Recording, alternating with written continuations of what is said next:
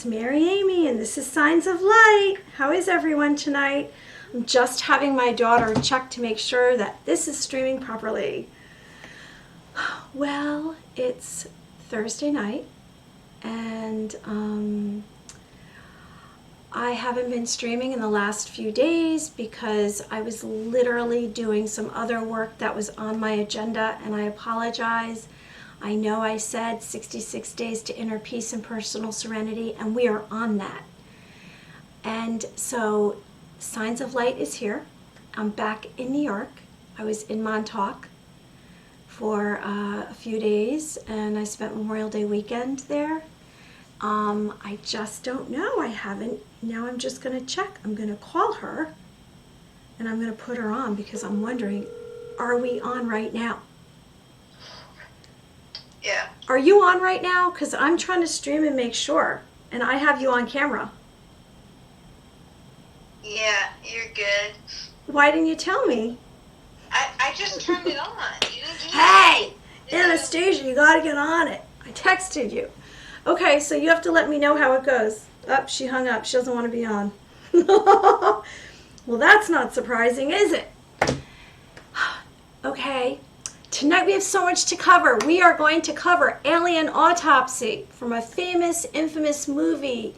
And I watched it a few days ago because I wanted to know exactly what I was talking about for you.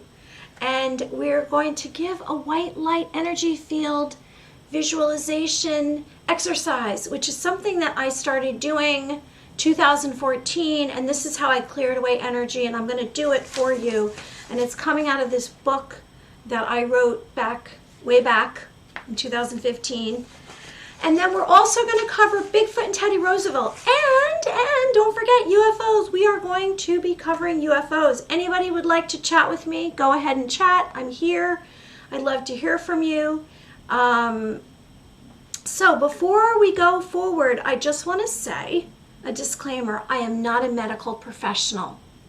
I give healing suggestions to inner peace and personal serenity.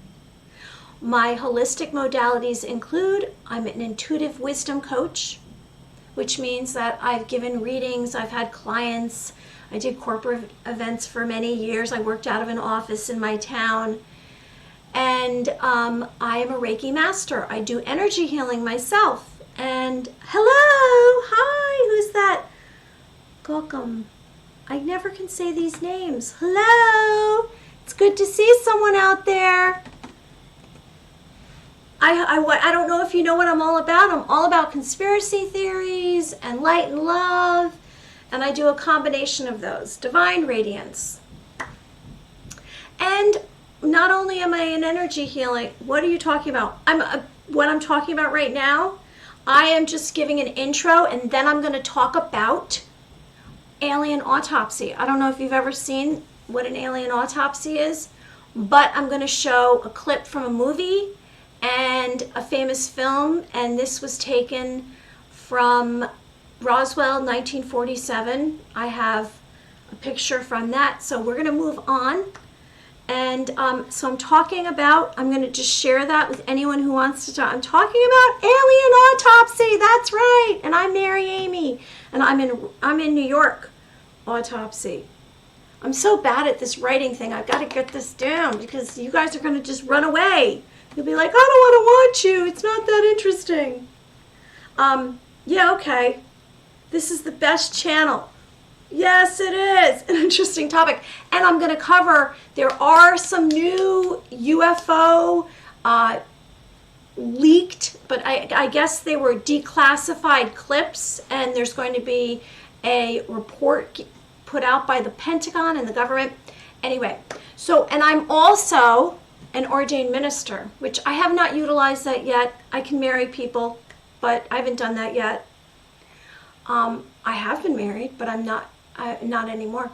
So anyway, so let me just say, bright light shines on us. Every thought is very powerful, and we are all part of a whole. My pain is your pain, and your pain is my pain. Karma is a cycle of cause and effect. Now, the sacred knowledge I impart on you is to connect to a light source, which I'll explain later, Engage with nature and record your sleeping dreams for the universe to guide you on your ultimate destiny. Okay, let's get right to it. Alien autopsy. Okay, over the weekend, I'm a publisher too. Oh, that's great. Good for you. Gawkum. So over the weekend, I'll show you a quick clip so you can see what I'm talking about. I saw this movie, and I watched it with my daughter, who she was on earlier, and it's called Alien Autopsy. Let me just pull it up for you guys. And this is just a clip from it. And you can see, I'm a broadcaster on Twitch, Turkey. Oh. Okay, so anyway, this is a clip. You can see. This is a mini clip. And it's from Fact or Fiction from 1995. And this actually is allegedly, let me make sure I'm showing it properly. This is the alien from the Alien Autopsy. I'm watching 1,000 people. Well, that's great. So Fact or Fiction is a film made in 1995, and the source was a 1947 17-minute, allegedly, black and white film. Originally, there was 22 rolls of film, and each of them 4 minutes, which comes out to be 88 minutes long. Now, this was released by Ray Santelli, an entrepreneur, and the film allegedly was from the alien autopsy from the Roswell crash in New Mexico. A military cameraman never revealed, remained anonymous. Okay, this is supposedly. Cool. That's cool. Good for you. And so this movie came out, and they went through this whole autopsy. However, later on in 2006, this entrepreneur, Ray, announced that it was not real. It was a reconstruction of the original. However, he had taken a few frames. There was only a few frames usable. There was only a few frames usable because the film was decayed. If you watch this film, it's kind of gruesome at parts because you think maybe it's real. And I read today, actually this was 3 days ago, this came out in the news. And the reason why this is coming up now is because they're auctioning off a frame, allegedly a frame from this 1947 film of an alien autopsy. Supposedly an alien that was at the Roswell crash, and he or she or it died. So they're auctioning off a single frame for $1 million. So surrounding the crash, it was claimed that the made-for-movie creature was aboard the UFO and died in the crash. It was then dissected in secrecy by the U.S. government, as the tale goes, according to the statement by the auction. Now, what's crazy was the suspicions were seemingly validated in 2006,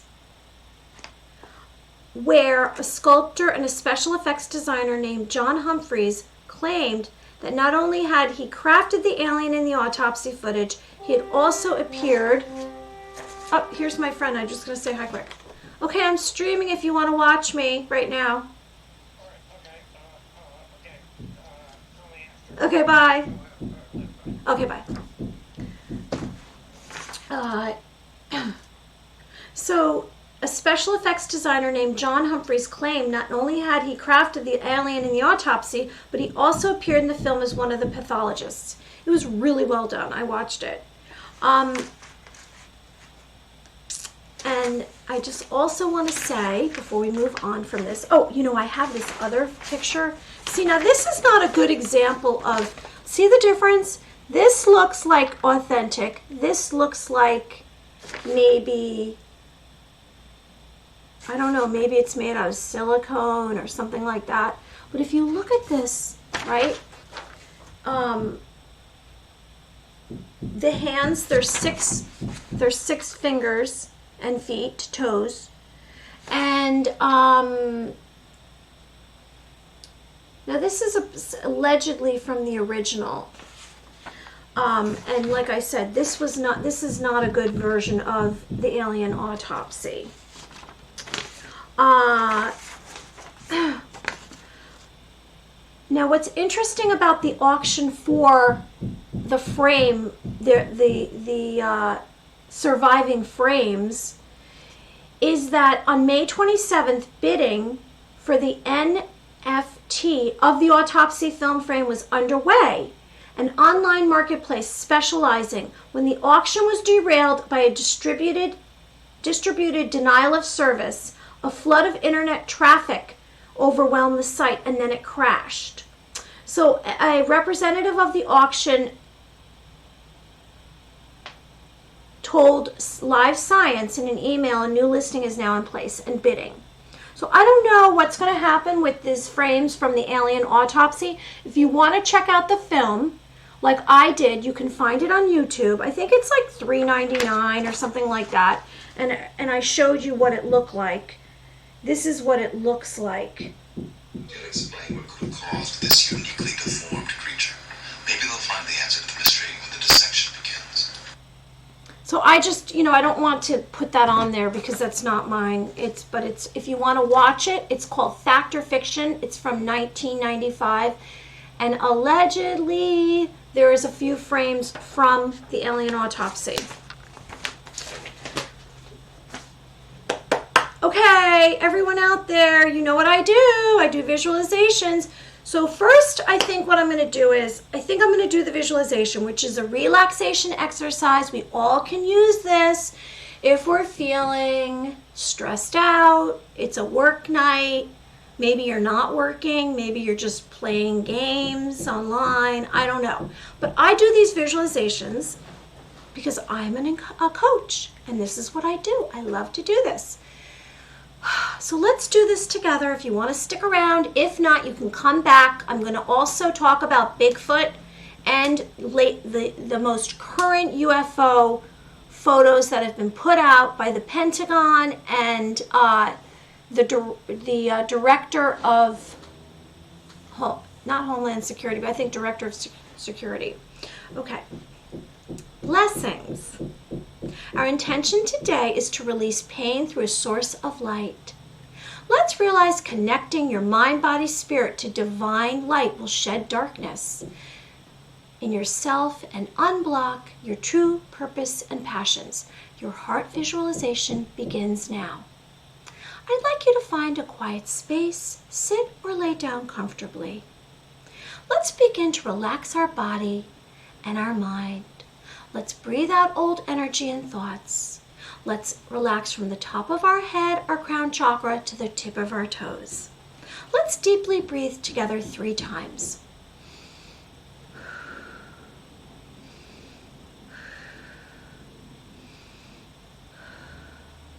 Now I'd like you to scan your body for stress. Let's let go of all thoughts that have been bothering us and that you're attached to. Whatever the circling conversation that's going on in your mind over and over again, let's let those out. As our eyes are closed, let's feel stillness and relaxation in our body. Let's check our body and make sure that we've let tension go in all of our limbs and our torso. If you need to speak out anything that's bothering you, let it go, whatever that is.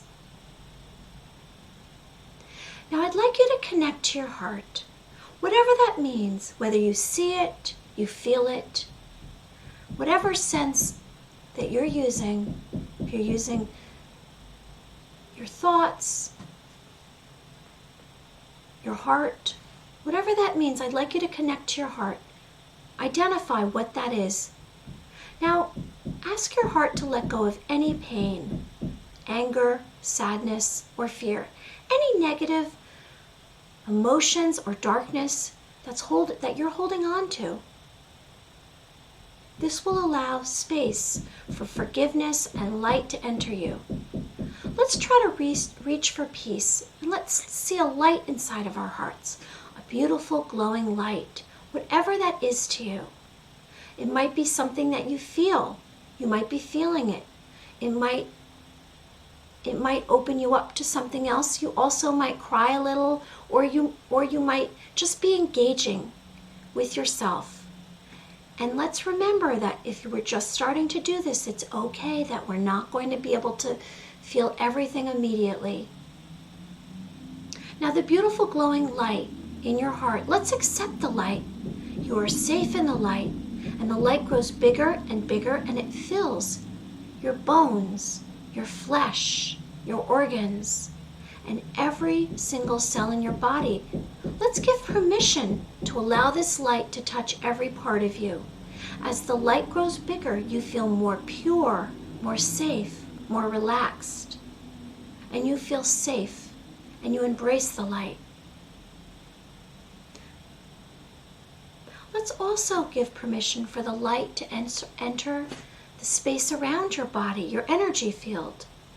This beautiful, brilliant, glowing light is protecting you. Let's stay in this moment, and let's check for peace and relaxation. Now remember what this feels like. Let's stay in the moment.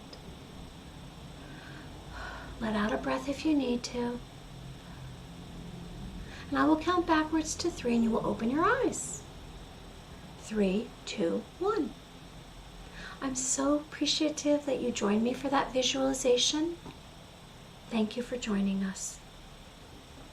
Now, I just want to say, before I started doing hosting, which I hosted on a psychic radio, and I hosted a live on Facebook, and now I'm here on Twitch. I worked on my holistic practices, and I used to call myself initially, which I realized at the time, I thought, no one's going to know who I am.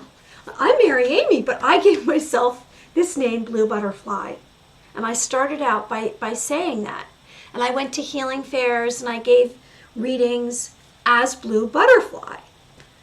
And I since realized I can be myself. I have to accept who I am. It's all about accepting yourself. Well, I wrote this book, and you can purchase it on Amazon. And when I started doing this, who wrote that? I did. I wrote this book. I wrote this book. Yes, I did. And so one of the first things that I did was I said, okay, I'm this empath and everyone's energy's hurting me, and how am I going to get rid of that? And I looked online and I read books, and I couldn't figure out what to do. And I absorbed everyone's energy, and it was very difficult when I got into this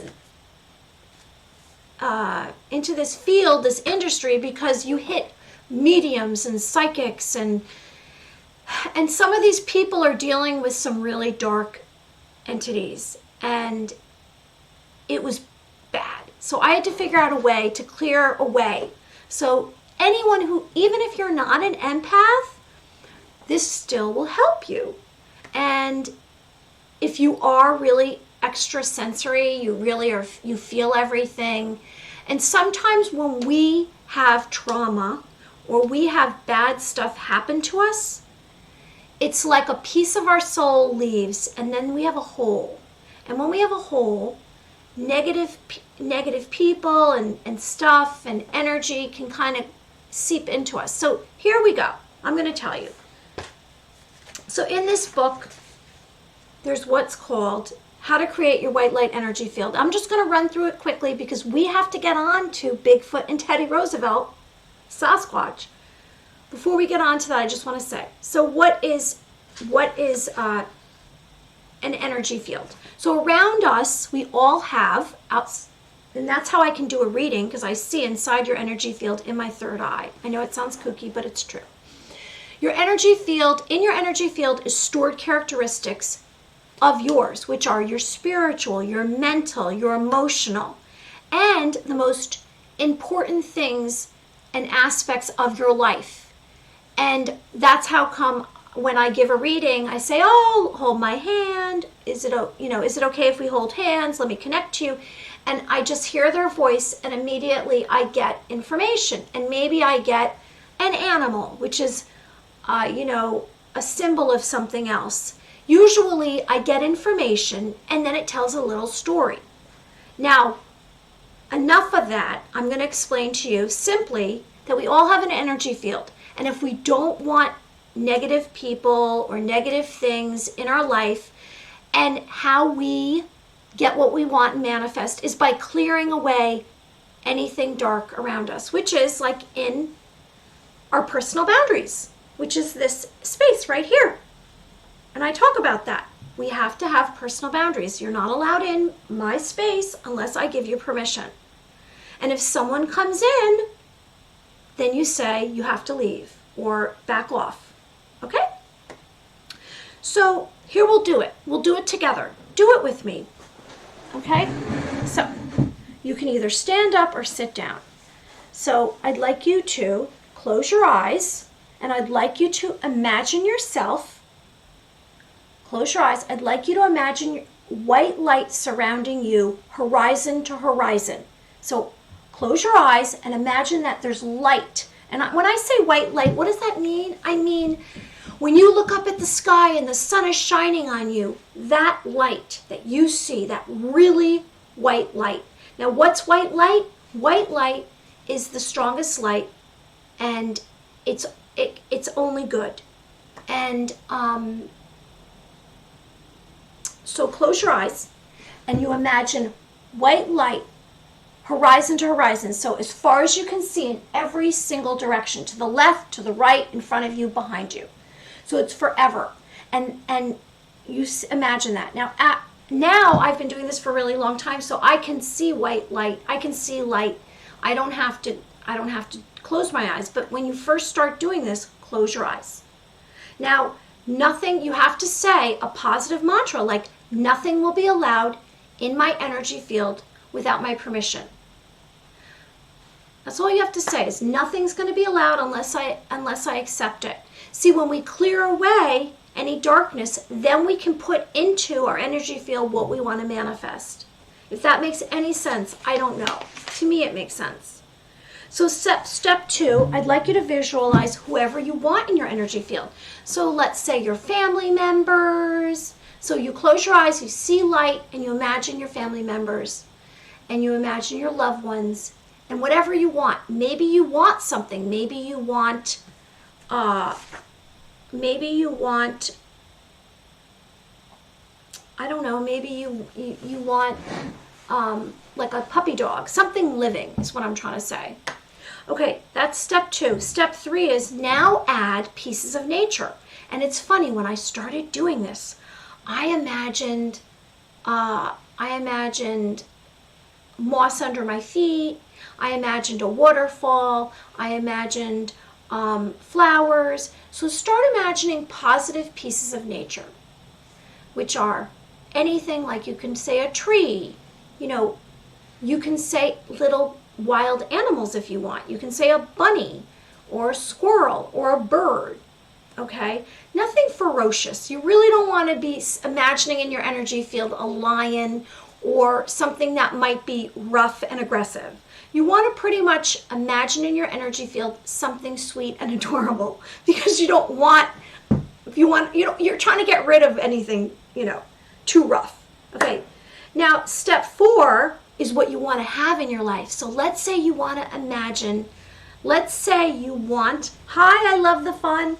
Let's say you want to have a beautiful house, or a vacation, or you want a brand new car, or you want a closet full of clothes, something materialistic. You can imagine that. So you close your eyes and you're going to imagine in your energy field, like for me, there's a house that I want. So I visualize that house in my energy field. Now, the more you do this, then the better you get at it. And you want to imagine a gate. And you want to imagine a gate to leave the energy field. This is true. So you're going to visualize a gate. This is step 4. You're going to visualize a house or a car or whatever it is that you want. And we're saying materialistics because we've got the people, we've got the wildlife and the nature, and now we're going to visualize whatever it is we want. Okay? And then step 5 is once that you've done this, you want to visualize yourself leaving the gate. And then you're taking your energy field with you. It's a little abstract. It works.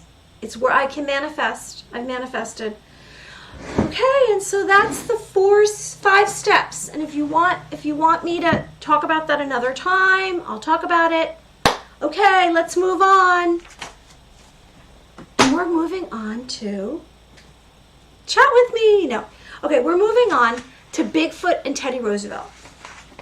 Okay, now does anyone know who Teddy Roosevelt was? Of course we do. He was the president, the 26th president, and he was president from 1901 to 1909.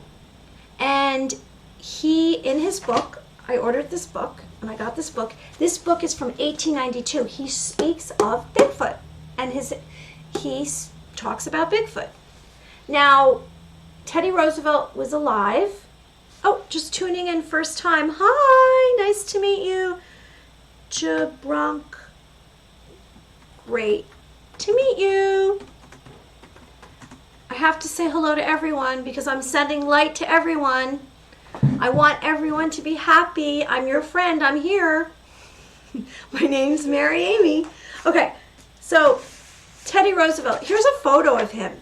Now this guy was born in Teddy Roosevelt. Theodore Roosevelt was born, and he met Bigfoot. Or I'll talk about Bigfoot in a minute. He was president 1901 to 1909. He was a historian, a naturalist, and a statesman. And he was born in 1858. Whoa, that was a long time ago. And passed away in 1919. So I guess he passed away 10 years after he stopped being president. Okay, so these are passages I'm going to read you, and he's talking about Sasquatch, Bigfoot. Here's some more pictures. Here's a picture of Bigfoot, so we know. Okay. So I'm going to read to you from his book, The Wilderness Hunter. Teddy Roosevelt said, this is what he said about Bigfoot. Okay. So The Wilderness Hunter describes a particular... Here, I gotta hold this, sorry. I'm trying to hold it so you can see Bigfoot. I think it's important why Teddy Roosevelt woke. What do you mean he woke? What does that mean? Because he has a gun?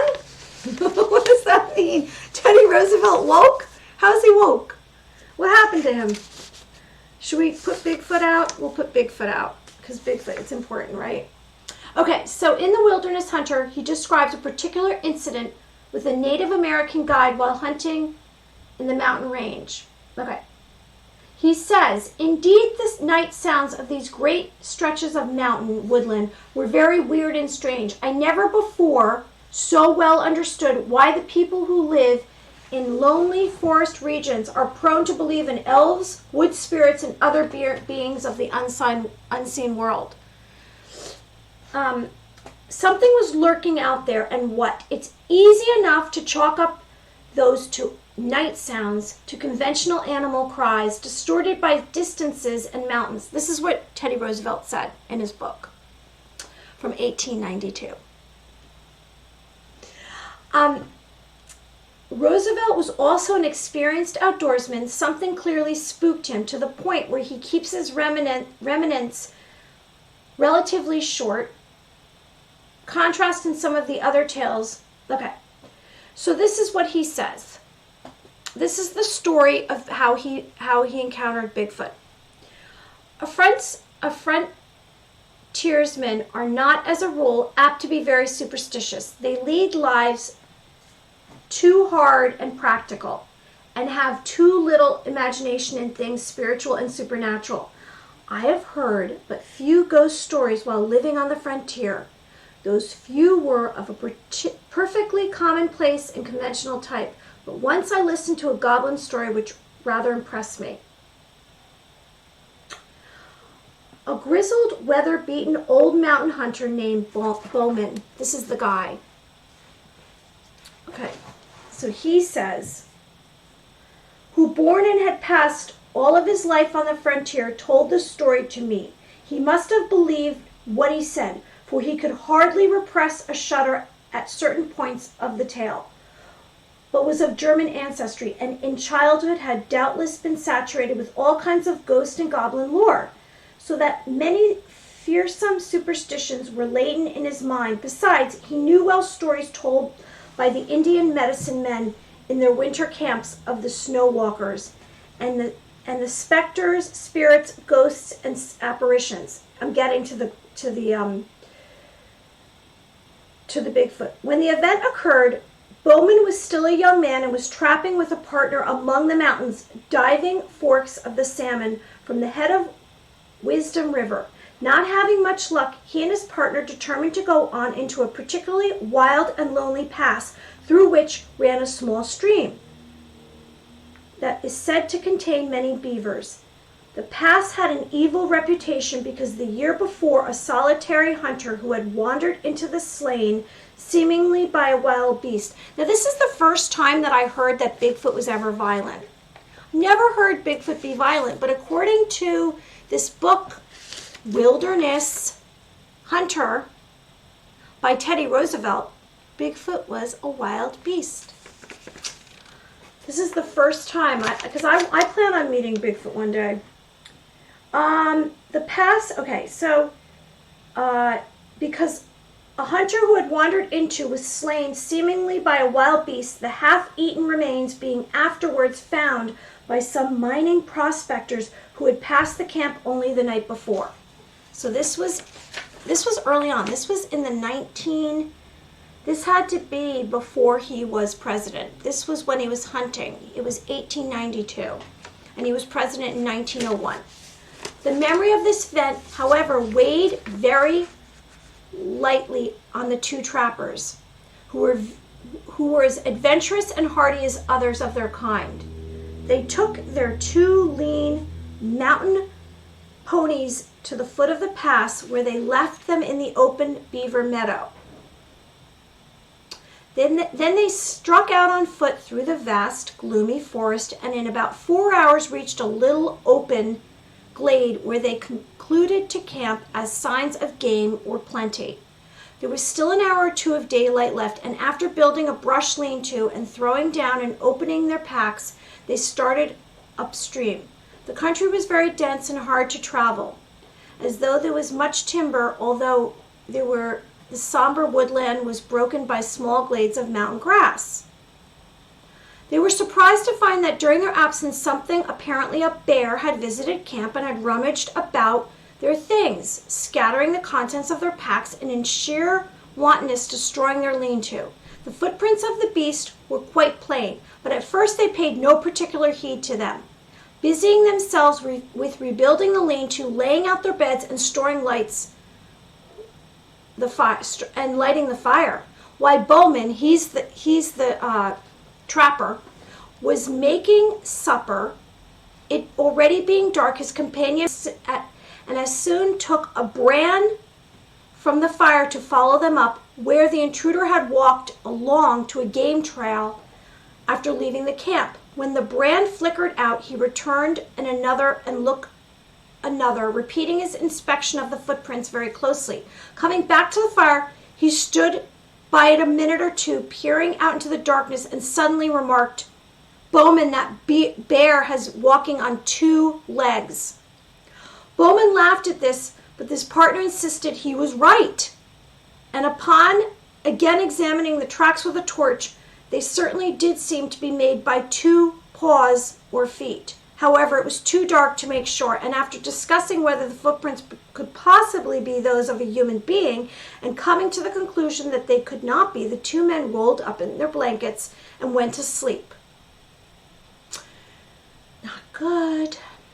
At midnight, Bowman was awakened by some noise and sat up in his blanket. As he did this, his nostrils were struck by a strong wild beast odor. Now, we all know Bigfoot smells really bad, right? He has a strong stench. And he caught the loom of a great body in the darkness at the mouth of the lean-to. Grasping his rifle, he fired at the vague, threatening shadow, but must have missed, for immediately afterwards, he heard the smashing of underwood as the thing, whatever it was, rushed off into the blackness of the forest and the night. After this, the 2 men slept a little, sitting up by the it's not over, wait till you hear what happens. Sitting up by the rekindled fire, but they heard nothing more. In the morning, they started out to look at the few traps they'd set in the previous evening and put out some new ones. By an unspoken agreement, they kept together all day and returning to camp towards evening. On nearing it, they saw hardly to their astonishment that the lean-to had been again torn down. The visitor of the preceding day had returned, and malice had tossed about their camp and kit and bedding and destroyed their shanty. The ground was marked up by tracks, and on leaving the camp it had gone along the soft earth of the brook. The footprints were as plain as if on snow, and after a careful scrutiny of the trail, it certainly did seem as if whatever the thing was, it had walked off but on 2 legs. The men, thoroughly uneasy, gathered a great heap of dead logs and kept up a roaring fire through the night. One or the other sitting on guard most of the time. About midnight, the thing came down the forest opposite along the brook and stayed there on the hillside. Now, I wouldn't stick around. But this was where are they going to go, I guess. They could hear the branches crackle as it moved about, and several times uttered a harsh, grating, long-drawn moan. Particularly sinister sound. Yet it did not venture near the fire. In the morning, the 2 trappers, after discussing the strange events of the last 36 hours, decided that they would shoulder their packs and leave the valley that afternoon. They were more ready to do this because, in spite of seeing a good deal of game, they had caught very little fur. However, it was necessary first to go along the line of their traps and gather. On first leaving camp, they had the disagreeable sensation of being followed, so they could smell it. In the dense spruce thickets, they occasionally heard a branch snap after they had passed, and now and then there were slight rustling noises. At noon, they were back within a couple of miles of camp. In the bright sunlight, their fears seemed to be absurd. Through long years of lonely wandering in the wilderness, to face every kind of danger from man, brute, and element, there were still 3 beaver traps to collect. On reaching the pond, Bowman found 3 beaver traps, one in which he had pulled loose and carried into a beaver. Who's that? That scared me. Who was that? Somebody joined us. Oh, Jabronic. Hi, nice to meet you. I'm so glad. Thanks for joining us. Okay, so let me just finish the story and you can hear what happened to them, because not both of them live. I know I'm reading it, but you know what? This is like right from his book. So I think it's like very descriptive.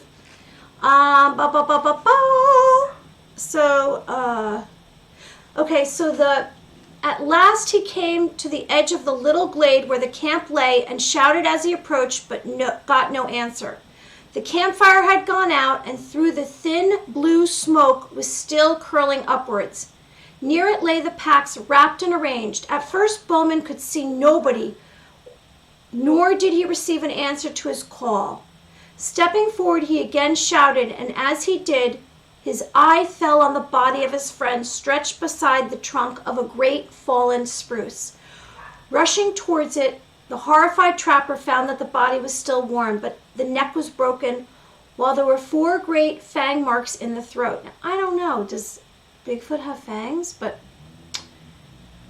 the footprints of the unknown beast creature printed deep in the soft soil told the whole story. The unfortunate man, having finished his packing, had sat down on the spruce log and his face to the fire and his back to the dense wood to wait for his companion.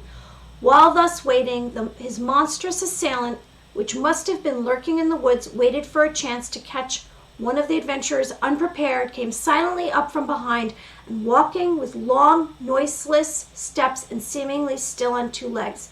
Evidently unheard, it reached the man and broke his neck by wrenching his head back with his forepaws, and while it buried his teeth in its throat, it had not eaten the body, but apparently had romped and galloped on top of it, ferocious glee, occasionally rolling over and over on it, and then fled back into the soundless depths of the wood. Now Bowman, the poor guy, left, utterly unnerved, believing that the creature with which he had dealt with was something either half human or half devil, but some great goblin beast, abandoned everything in his rifle and struck off at speed down the pass, not halting until he reached the beaver meadows where the hobbled ponies were still grazing. Roosevelt himself never names the creature, but contemporary readers will instantly note that it sounds a whole lot like Bigfoot Sasquatch, the hairiest, smelliest, biggest upright walking ape creature. Maybe Sasquatch has gotten nicer as time has gone on, and maybe he's not going, eating people or killing people. So that was from Teddy Roosevelt's book. That's Teddy Roosevelt. That's Bigfoot. And here's the infamous photo from the footage of Bigfoot in Bluff Creek. Okay, so moving on, let's talk about what's going on with UFOs. Who wants to hear about UFOs? Ooh, gruesome details. Yeah, really gruesome details. I don't usually say gruesome details, but yes. Okay, let's move on to UFOs. Is everyone excited about what's going on? What's so interesting is that lately, UFOs was all conspiracy theories, right? Flying saucers. In fact, I pulled this out while I was on vacay. Someone gave this to me. And this is talking about UFOs, and it's from the National Enquirer. And then I have something here, which I'll read, from the Post. And I believe this was yesterday or today. The arrival of Pentagon's UFO report. So we've gone from the Enquirer talking about UFOs and aliens. Well, not necessarily aliens. Pentagon and the government are not talking about aliens. They're talking about UFOs. And I also something, this was from one of the papers. Okay, so let's read what's going on here, and I'll show you what they've been showing us. So if you've been watching lately the news, all the news stations, I think that this was from, it might have been from Fox, or wait, I think it's on here, USA Today maybe, because it says USA Today. So what is this all about? Well, we're all excited, aren't we? Because June 25th, we are going to be hearing about a report that is a combination from different arms of government. The Pentagon, I think the FBI is involved. And let me just read what the paper says. The long-awaited Pentagon report. Now, is it going to be thorough? They've only had 180 days to compile this UFO report. Will it be thorough? It's probably going to take a little bit longer than 180 days, but maybe we're going to get some information.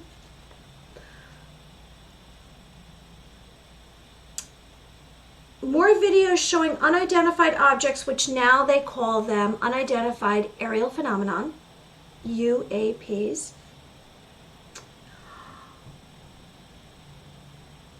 These unidentified objects that appear to defy the laws of gravity recorded by the U.S. military have recently surfaced. Funds for the report were contained in the $2.3 million coronavirus relief plan signed by President Donald Trump, go figure, in December. It started the clock ticking, there it is, 180-day countdown for the U.S. intelligence agencies to inform Congress. So will we be seeing this live? Maybe. What does it know about the existence of what we describe as unidentified aerial phenomenon? Like, here's a close-up. This was cool, right? This is what it looks like. We're seeing it from pilots on radar. And then here we go. This is another version of it.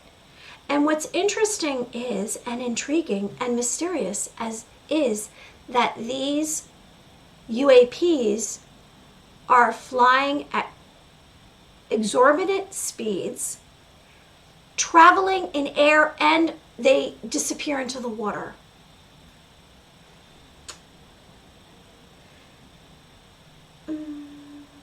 The report is expected to include detailed analysis of data and intelligence about UFOs collected by the Office of Naval Intelligence, the Unidentified Aerial Phenomenon Task Force, and the FBI. I think I'm going to be like on the edge of my seat for the whole month of June until this comes out. Senator Marco Rubio of Florida also asked for an unclassified copy of the report, where he was the acting chair of the Senate Intelligence Committee last December.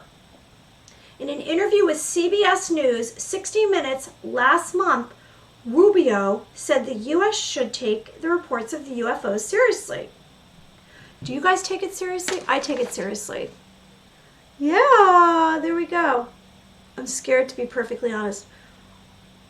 Oh, I think you're talking about Bigfoot, right? Chabrognak.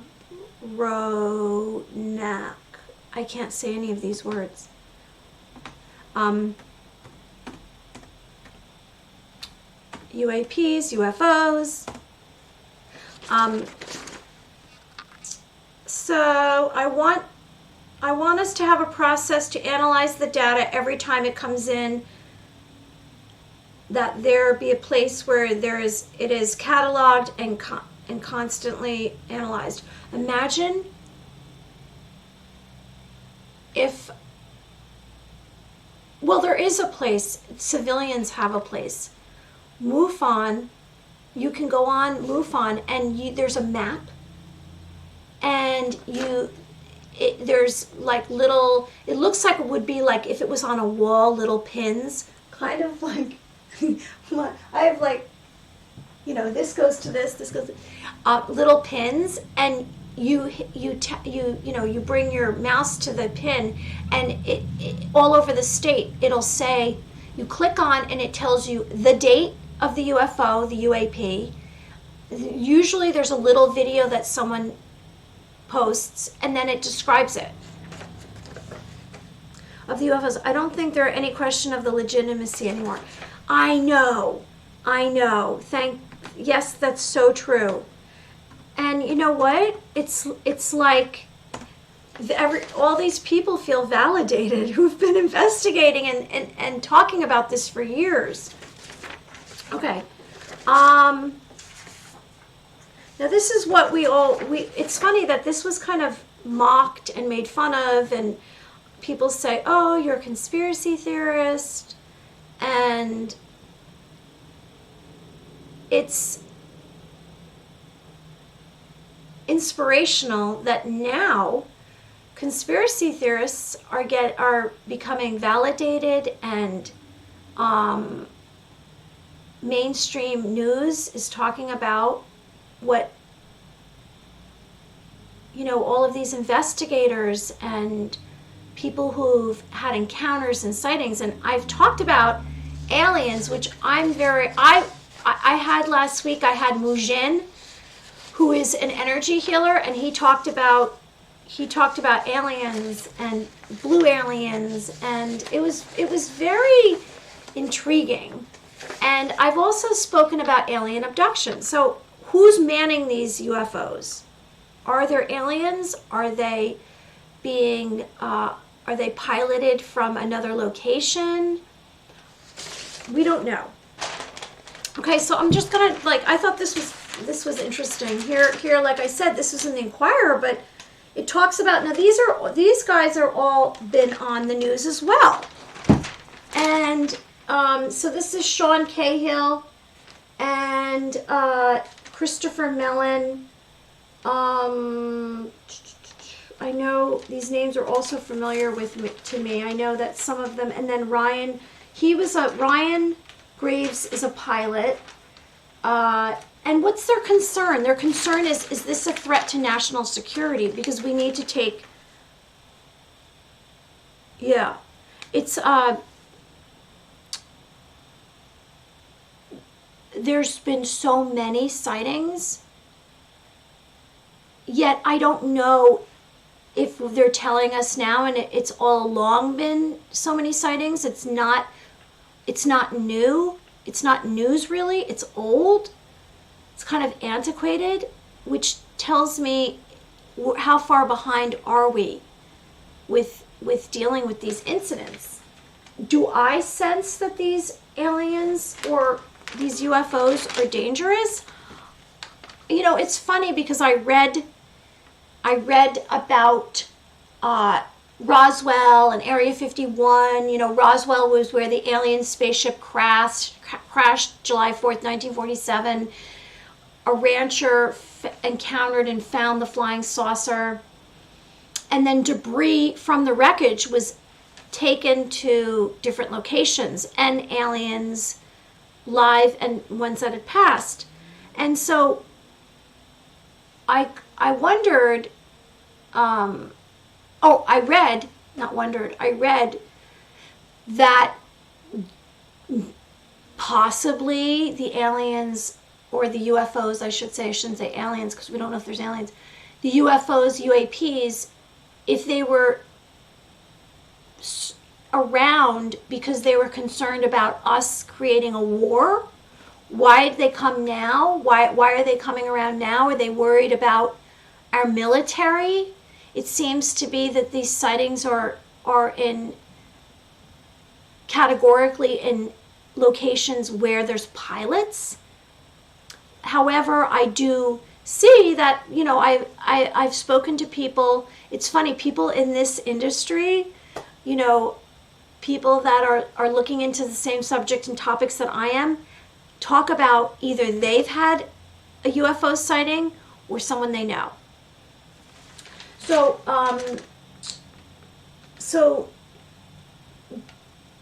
there's been Navy personnel, and then there's been Air Force that have spoken about sightings, and there's different shaped UFOs. There's Tic Tacs, there's spaceships that look like this. There is this is the one, the common one, because I guess this is from the pilot's radar. And the shocking revelation comes just as the Pentagon recently formed the unidentified aerial phenomenon. Well, I heard that it was formed in August 2020. Well, that's, what is that, 9 months ago? We're almost, yeah. And so we're anticipating a report about decades of frightening encounters with inexplicable advanced identified aircraft. I guess frightening encounters is because we don't know what it is. I mean, pilots and Air Force. and or pilots and Navy, and they were, I think they were told not to talk about it. And there's also like a cigar-shaped UAP that I've heard about. And even former President Barack Obama showed concern in a recent interview. What is true is that there's footage of objects that we don't exactly know what they are. So I think that people still take seriously trying to investigate and figure out what it is. Now, former Deputy Assistant Secretary of Defense for Intelligence Christopher Mellon has commented that the origin of the object is likely extraterrestrial and certainly menacing. I know there was a press conference yesterday, I think it was the Pentagon, or the Director of National Security. I think it might have been the Pentagon. And he was answering questions, but he didn't really have any input. He kept saying that he was waiting for the report. So I guess stay tuned. We'll be talking about this for the next couple of weeks and then beyond, because it's super exciting. And I think that we all are wondering. I'm just scanning this to see. The U.S. has had proof of extraterrestrials since the downed UFOs, Area 51, since the 40s. So I don't know. I guess now I have something else here that I also pulled up. This, if you look at this, this is like an old-time spaceship, right? That they used to mock.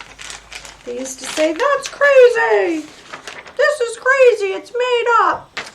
And I guess, oh, you know what I really meant to pull out was this. I'm seeing a lot of now. This article, which I have a larger version of it. This is the flying saucer, and this was when before they recanted that it was a flying saucer. And I've been reading all about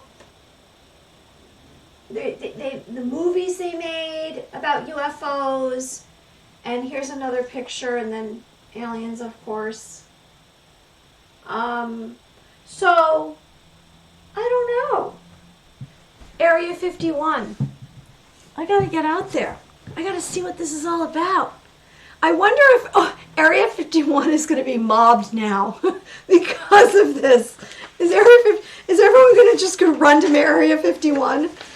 Like, what's going on there? What do you have?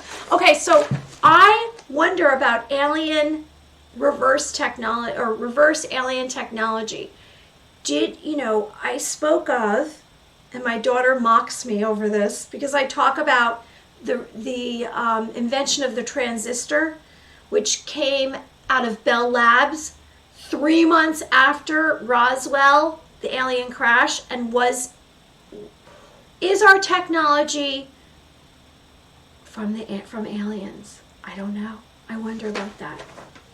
Open mind. I have an open mind. Open heart, open mind. Okay. So I'm just going to read a little bit of this, and then that's it. We're done.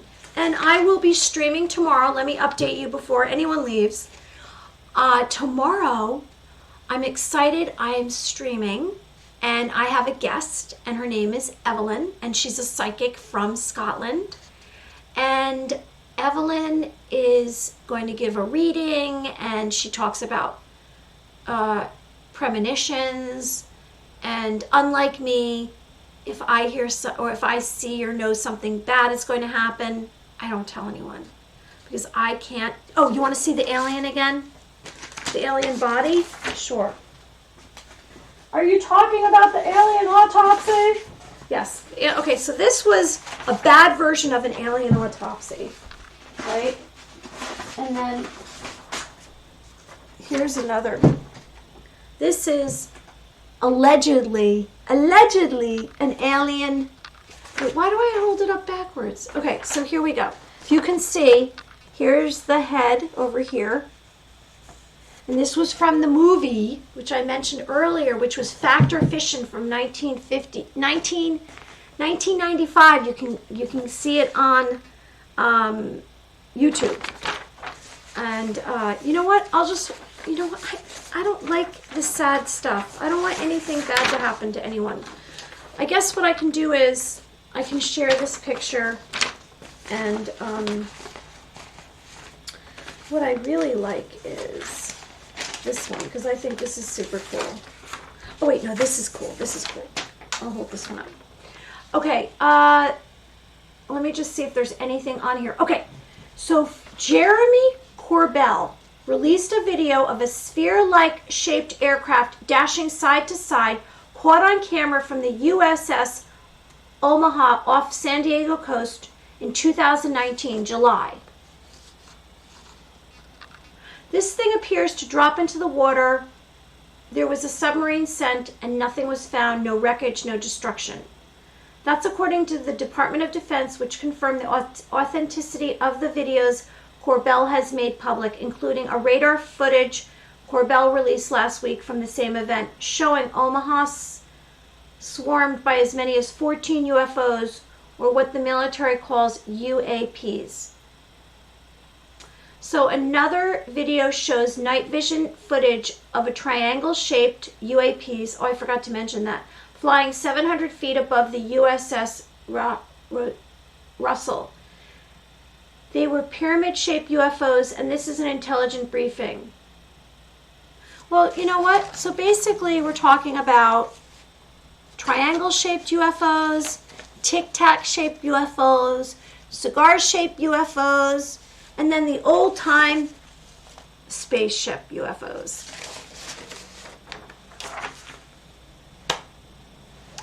Well, this has been lovely, and I'm really glad I got to join everyone tonight. I am going to have, like I said, Evelyn, the psychic from Scotland, tomorrow afternoon. And let me just check time. I think it is our time. Hold on. I don't want to give the wrong information. Tomorrow it's our time, 5 p.m. Right? Is that right? Oh, Mary, where is it? No, it's 3 p.m. Oh, what is it? Yeah, it's 3 p.m. our time, and it's 8 p.m. in Scotland. That's how it goes. And then I have another guest, which I believe is Monday, and her name's Estrella, and she's a feminine priestess. And if you think I'm all about light, she's beyond me.